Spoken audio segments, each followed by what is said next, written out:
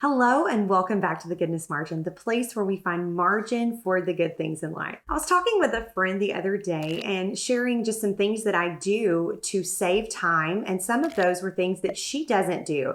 And I was thinking, you know what? I should share this with you guys. So here are 5 of my favorite things that I do. These are super simple things, but I promise if you start doing these, you will see that you will save yourself a lot of time. Of course, if you haven't already, I would love for you to subscribe to my channel, hit the bell, and you'll be notified when the next video goes live. So one of my very favorite time-saving tips is grocery delivery and grocery pickup. The reality is buying things from the store is just a regular part of our lives. We consume food. We have to have food to survive.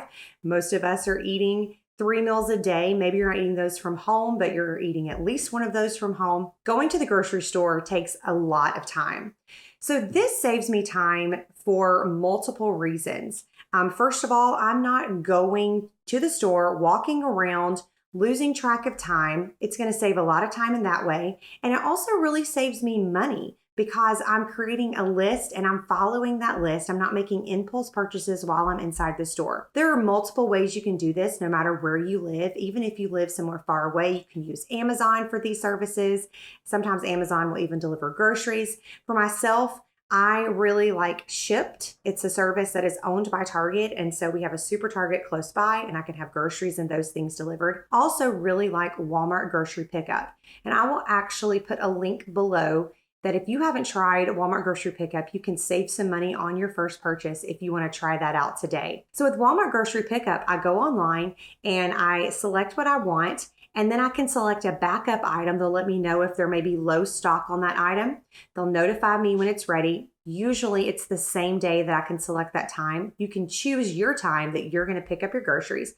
You drive up, you hit a button on your phone and let them know that you're there, and they load them in the back of your car and you're on your way. Let's be honest, when my daughter was really small and in that little car seat, it was a dream to not have to go into the store. And I am still using the service to this day. If you are not already using a service like this, you should definitely try it out. With Walmart, you can drive up and you can pick it up, or you can have it delivered. The same thing with Target. You can use Shipt to have it delivered, or you can pick it up right there at the grocery store with the drive up. Kroger has ClickList. Publix has Instacart. Whatever grocery store you use, I guarantee you can save a lot of time and a lot of money on impulse purchases by taking advantage of these services. My second tip is to keep a back stock of the items that I regularly use. Today, I actually used the very last of my toothpaste. I reached into the back stock bin that I have in my bathroom, and I realized that the tube I was taking is the last tube that's there. So I quickly jotted it down on my list. Now it's going to take me a while to use up an entire tube of toothpaste, but when I'm done with that tube, I know that there will be another one there waiting for me. Have you ever had to run to the store because you're out of an item that you use every day and you just ran out? That takes up a lot of time. So make a list of the items that you use, or maybe the next time you're picking up your hair gel, grab 2 or 3 of those. And that way you have those as backstock items. Make a list: what hairspray, hair gel, bath wash, deodorant, toothpaste, those kinds of things that we regularly use. And you can also do that in the kitchen with flour and sugar, milk, those kinds of items that you use on a regular basis. Be sure that you have the next one available before you run out. That's going to save you a whole lot of time. The third tip is to lay your clothes out the night before. Now, I am a huge stickler of doing this on the weekends. I do it on Saturday. So on Sunday morning, I need it to be really smooth, to go off without a hitch. I have to be at church early, and so I definitely want to have my clothes, my daughter's clothes, my son when he was younger. I have those laid out ahead of time. But the reality is we can use this for any event. If you have to get up early in the morning and go to work the next day, lay your clothes out. That way it takes a decision out of the next morning.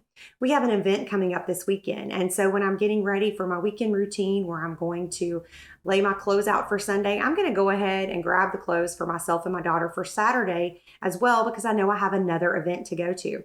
That's going to take a decision away from Saturday morning. I'm going to lay those clothes out Friday night, and it's going to make my time go so much quicker when I'm getting ready, and it's going to make my life easier. And really, you can add this to anything that you have to do during the next morning. You do it the night before, prep yourself, you're saving yourself a lot of time. The next tip is regarding automation. There are so many things that we can take advantage of automation for. Technology, it's limitless. It's amazing. I use automation for bill pay. There are several bills that I have automatically charged to my credit card or to my checking account. I do get a notification before these are coming out of that account, and that way, if there's a problem, I can go ahead and correct that. But by not having to worry about that, I'm not going to pay a late fee or anything like that, and I'm not going to have to take the time to sit down and physically pay that bill. I'm saving myself a lot of time. You can use this for email. Is there a personal email or a work email that you find yourself constantly sending? For my personal email and my work email, I have a Apple computer. I use Mac. And so I am going to go in and I'm going to create a signature, and I can select the signature that I want that is sort of an automatic answer to the question that I may get asked frequently. That is a really great way to use automation if you find yourself sending some of the same emails over and over again. Another one of my favorite automation tips is Amazon Subscribe and Save.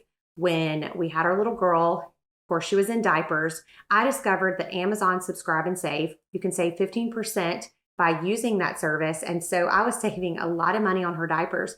And it's really crazy how they have it very much figured out, where you select their size and they send you a box and it lasts an entire month, or the 2 boxes, or however they have it. They have a suggested amount and it really does last for the month that I needed it for. And then they send me the next one. And when she needs to change sizes, then I just change those sizes. And that was a really great way for me to save time and not have to worry about her diapers because I knew that they were coming in the mail. I use Subscribe and Save for some household products, some supplements that I purchased from Amazon, those kinds of things. I even use it for our church for any products, cleaning products, toilet paper, paper towels, those kinds of things that I know that we're regularly going to be using. It's saving me time by not having to think about it. I know that once every 1 month, 2 months, 3 months, you can set it up to, I think, up to 6 months that you need it shipped to you.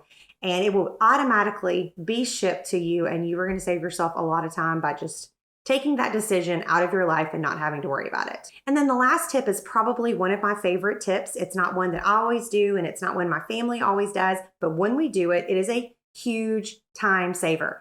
Touch an item once. When I'm done with this cup of coffee, I have a couple of options. I can leave it sitting here on the table, or I can pick it up and just go sit it on the counter, or in the same amount of time, I can just dump it out and stick it in the dishwasher. Literally, we're talking a difference in seconds. But by going ahead and putting it in the dishwasher, I'm saving myself time by not having to come back and reload the dishwasher and all of those things. And so it's the same thing with our clothes. We take our clothes off at night. If it's something you're going to wear again, put it on a hanger, hang it back up, or just throw it in the hamper rather than throwing it in the floor. And I have definitely been guilty of not taking my own advice and just throwing it in the floor or just leaving the coffee cup where it's at.